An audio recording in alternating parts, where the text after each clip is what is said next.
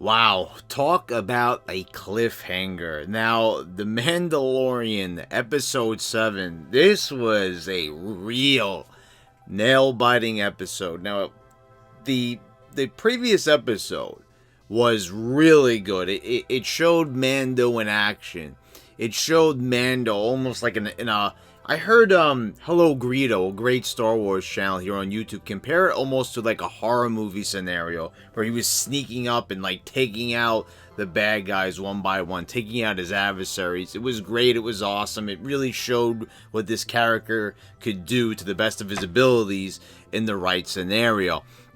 But here in episode 7, you've never seen the characters more vulnerable here. You've got Mando in a tight spot, and by the end of the episode, you think like this is going to be the ultimate plot. So it starts off, and the Carl Weathers character, Grief, he tells Mando, you got to get back to to home. The Imperials have overrun the hometown, and so he recruits the help of the bounty hunter that he met back in episode 4, the female bounty hunter, who used to be I believe it was a rebel drop pilot or something like that, whatever her position was for the rebel forces.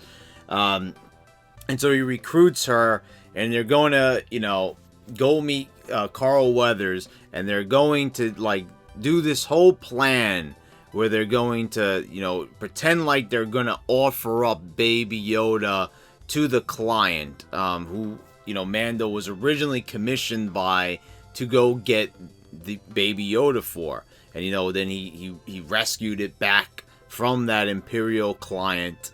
And so now we're back. So I love this, how like we could also reach back from previous episodes and pull like those seemingly distant plot lines back to the present time, because too many times on shows like you might see like returning characters and things like that, but this is like an overarching story, because it's basically Carl Weathers' character reaches out to Mando. There's a message there. You gotta see where I'm coming from on this. You don't really see that on a lot of shows, because this is more cinematic.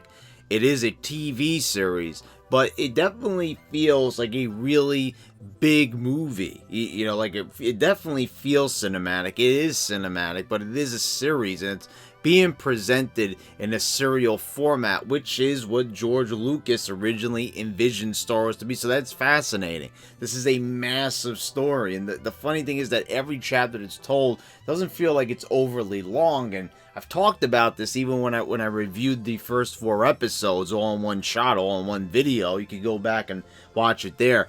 They don't abide by the normal 45-minute rule usually, like when it came to TV series. All these shows, seem to want to follow that rule.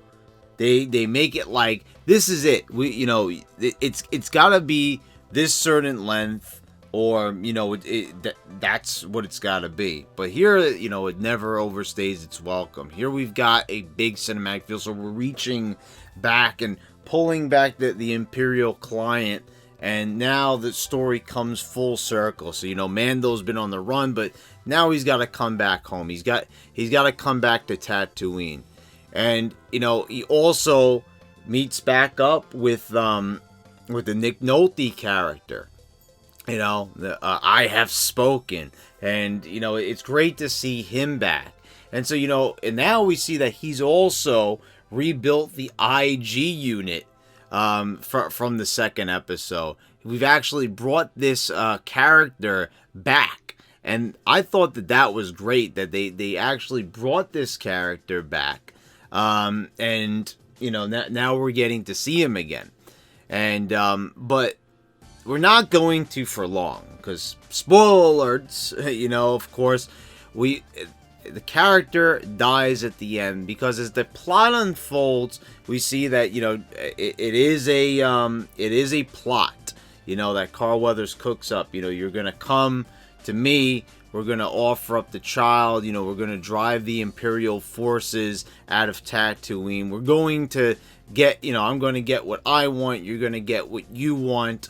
And, you know, you won't be chased anymore by all these bounty hunters. You'll be in good standing with the guild. So, you know, there's a lot of things on the line there. So the stakes are great. You know, there's a lot going on here. It makes sense why Mando would come back. But he's too smart. He's too cunning to know that he can't trust Grief. He can't come back and just, you know, trust him. And sure enough, you know, one thing leads to another. They get attacked by some creatures, some winged beasts, and Carl Weathers ends up getting poisoned. And then Baby Yoda in this really touching, heartfelt scene, like, they're trying everything to try to heal him frantically, you know, but the poison keeps spreading through his body. Baby Yoda touches, does force healed. Carl Weathers is healed. And so now he's got a change of heart, but we don't know that until he shoots both of the bounty hunters that are accompanying him, and he reveals that what they were going to do was kill Mando and offer up the Baby Yoda to the Imperial client. So they finally meet up with the client, and this guy is a great actor. I love the style and the voice and everything. He's super creepy. And I love the character that he portrays. But then we're introduced to a new character, and this guy, you know, he's not like a really typical looking Star Wars bad guy. His name is Moff Gideon. I don't know if his name was mentioned anywhere in the episode. I might have missed it, but you know, I looked up the name, and that's what he is. And basically, there's a huge shootout. He sends some really, you know, tough-looking stormtroopers to just shoot up the whole entire place. The client dies in all the blast, and then we see that Nick Nolte's character is on the run, and he's actually got Baby Yoda with him, and he's trying to get the baby back to the ship because it's a ploy. When they meet with the client, Baby Yoda's not really in that levitating cradle. They want him to think that he is, but they don't want to put the baby at risk. So you see Nick Nolte's like on the run. He's on that.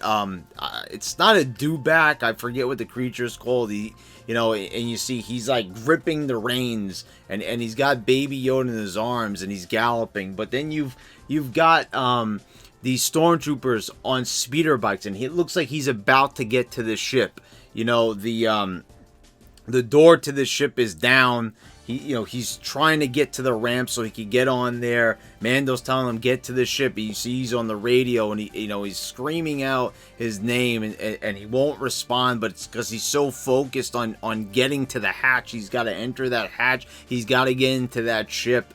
And he's got to get the baby to safety, because those stormtroopers, they want him dead. They're trying to get in range. They want to grab the baby, and then all of a sudden everything just goes completely silent, and you just see Mando like screaming into the walkie-talkie, and there's nothing. And then the scene changes, and then and then you just see that that Gideon says, "We got him. It's over." And then then the scene just changes, and you just see the Nick Nolte character. He's dead as a doornail, laying there. But first you see Baby Yoda just laying there, and you're like, oh man. And then the camera just pans off to Nick Nolte's character, and he's dead. And then you just see the stormtroopers pick it up. They race off, and that's it.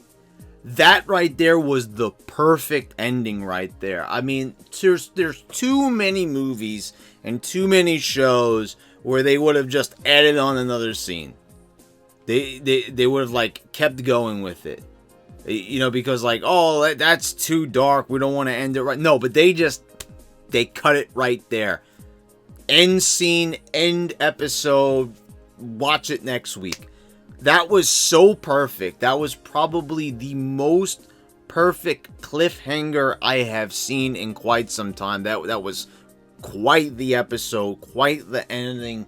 An ending like that just, for me, I think it made it my favorite episode, because I just love how they did that. How they were like, well, you just like there's something about that scene that I really like, that like you've seen that scene so many times before where the bad guys are just gaining on the good guy, but usually like it's tense, and usually most of the time they'll like make it, but it's just there for tension, but you're kind of like, in the back of your mind you're like, you might be into the movie, but like, oh, he's gonna make it, the hero's gonna make it, he's one of the good guys, he's gonna make it, and then they just kill him. And then they just, and they get the baby, and even though like, in your mind you're like, okay, well eventually Mando's gonna get the baby back, but you didn't expect it that way, and you didn't expect it to happen at that moment, because you thought like, okay, so now Carl Weathers has like turned on the guild, he shot his comrades dead because he realizes that this child, this baby Yoda is a special commodity. That's why the Imperials want it so bad, and he's gonna join up with Mando. That's the better way of going about things, because he's not really a bad guy. But they just completely, they do like a 180, and then another 180. But you think like once they've got that all straightened out with Carl Weathers, that it's just gonna be smooth sailing. But then this Gideon character just comes out of nowhere. And it's like all bets are off, especially with that ending. And I just loved it. I loved how they weren't afraid to make things a little bit dark. And they weren't afraid to go off and just cut to black with just a depressing, sad moment. And it was also finding a moment that you thought like, you've seen it before in Star Wars. Like, there's been moments like that where you think the good guys are going to prevail, and you've just got these, even though it's Star Wars and it's special, they still have these little action cliches, because it just, you've got cliches in just about everything. Sometimes they're unavoidable, because you want the audience to, cheer, and you want them to get into it and rally behind these heroes. But sometimes, when you do show the good guys failing, it really like grips at your heart, and you realize like how much you care about these characters. And that was the moment. That's when I realized that this truly is a great show. If you really like, if a show can make you gasp like that and surprise you, and and do something unexpected like that, it's truly special. And I like what I saw there. So this was an excellent episode, a great ending. And if you guys have not decided to watch this show yet, I can't implore you enough to go ahead and watch episodes 1 through 7. Watch them in order. You're doing yourself a great disservice, especially if you're a Star Wars fan. Even if you're not a Star Wars fan, this is very different than the Star Wars movies. Like I said, no lightsabers, no Jedis. It's very, very different. There's no Sith Lords. I don't know what Gideon is, but it's way different than what you're used to, what you've seen in cinematic Star Wars. So yeah, like I said, again, I'm gonna have to recommend it. Great episode. And guys, subscribe if you haven't already. Click the bell so you get all notifications when I post on my new videos. And guys, thank you all for watching. I'll see you next time.